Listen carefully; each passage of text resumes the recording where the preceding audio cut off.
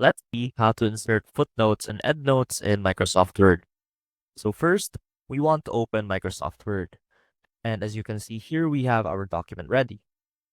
Now, footnotes are usually pieces of information that can help further explain whatever is on the page.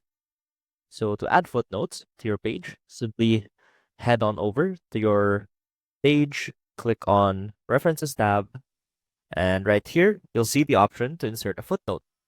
And if you click that, that will open up this area right here, which will allow you to type in any additional information.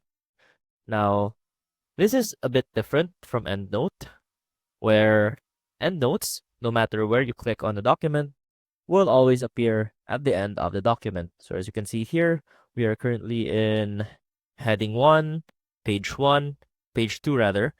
And if you click Insert EndNote right here, it will direct us towards the end of the document. And that is how you insert footnotes and endnotes in Microsoft Word. See you soon!